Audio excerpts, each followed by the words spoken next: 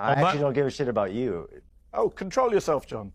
And you've come back and done exactly what they wanted to do. You've done their propaganda for them. Journalists have not been allowed freely into Gaza. That's why every major media organization on planet Earth has said to the Israeli government, you must allow journalists in. The Palestinian journalists who are there have been killed in record numbers. Of course, Piers, you're right. They want to hide what they're doing. That's why they're killing the journalists there and blocking the journalists from coming in. This idea that he's been on the ground. Yeah, I did interview a doctor, a British plastic surgeon, Dr. Tom Patoka. And by the way, he wasn't in the European hospital because the hospital got bombed by Israel. So he was in another hospital. And he talked to me about how he has to treat patients who have maggots in their wounds. He has to treat patients without limbs. He has to treat children. I've interviewed multiple doctors on the ground in Gaza, actually in Gaza, not hanging around with Israeli military. And they've all said the same thing. American doctors, British doctors, Canadian doctors. They've all talked about how many kids they saw with sniper bullets to the head and chest. Israel does intentionally kill civilians. That's why Benjamin Netanyahu and Yoav Gallant were indicted at the International Criminal Court for precisely those charges, for willful killing of Palestinians, for murder and persecution. That's why they've been indicted. That's why every human rights group in the world says war crimes are being committed.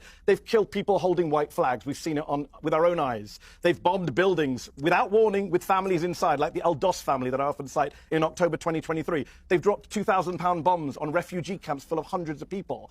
They have killed 7 aid workers in a clearly marked World Central Kitchen aid convoy. They've bombed World Food Programme convoys, leading to Cindy McCain, the wife of the most pro-Israeli senator of my lifetime, to come out and condemn Israel for attacking aid workers. John wants you to ignore Cindy McCain and British and American doctors and human rights groups and your own lying eyes watching people with white flags being gunned down. He wants you to believe him and his Israeli military minders. And by the way, I have a longer memory than maybe some people in this country. After 9/11, I got asked the same question. Well, what should we do if we don't bomb Afghanistan? What should we do if we don't go after bin Laden, etc.? How did that work out? 23 years later, your pal Donald Trump is taking pictures with the former leader of Al-Qaeda, who's still on a globally designated terrorist wanted list, right? That's where we came. The war on terror was a complete failure. And some of us who saw that, and by the way, Joe Biden even said this in one of his more coherent moments, he said Israel should learn from our lessons. Israel did not learn from the US lessons. And actually, even if you forget about all the innocent Palestinians they killed, even if you don't give a shit about the people of Gaza, even if you only care about the people of Israel, Israel's not any safer today. Israel is not winning this war. John said on Times Radio a year ago, I went back and checked, March of last year, John said, we're very close to winning. Israel's close to victory.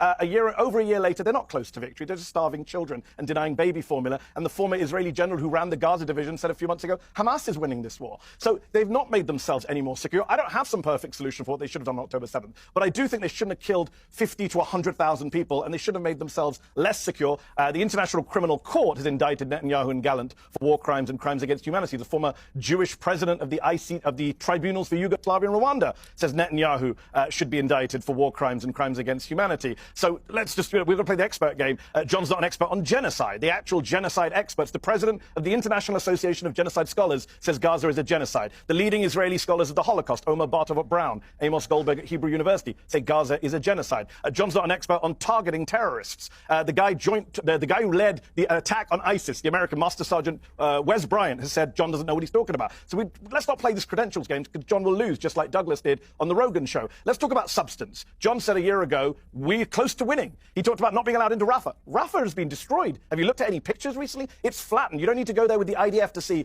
that they flattened Rafah. They flattened most of Gaza, and they still have not won, quote unquote. It's absurd to say that Israel was held back. Is this the new stab in the back? This is the new bullshit defense. The former Israeli ambassador to the United States said recently, thank God Joe Biden was president while this was going on. He gave us everything we wanted. He never asked us to stop. He never asked for a ceasefire. America gave Israel everything it wanted, and they went ahead and decided to, you talk about killing Hamas commanders. They dropped 2,000-pound bombs on October the 31st, 2023, on the Jabalia refugee camp, killing over 100 people, to kill one guy, Ibrahim Biari, who wasn't even there, a Hamas commander. They killed over 100 people with 2,000-pound bombs, which incinerate everyone within 100 square feet and damage everyone within 1,000 square feet. That is not targeted welfare. That is not proportionate. That is not legal. And we've seen that play out now over 20 months. And as you said at the start of the show, as I said, the dam is breaking. The Spanish Prime Minister has said Israel is a genocidal state. The Brits, the French, the Canadians that have backed everything Israel done, Britain continues to arm Israel, are saying this is intolerable. Donald Trump, as you've said, Piers, wants this done, wants this over, isn't a fan of Netanyahu. Not that I have any trust in Trump to do any of the right thing.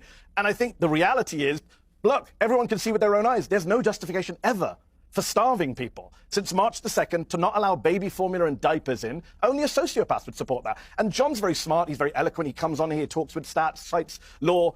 Back in Israel, the Israeli politicians and the Israeli journalists are saying openly genocidal things. They are saying everyone in Gaza is our enemy. They are saying we're going to get rid of everyone from Gaza. They are saying Gazan babies are not innocent. That's what they say on Israeli television, if anyone bothers to watch.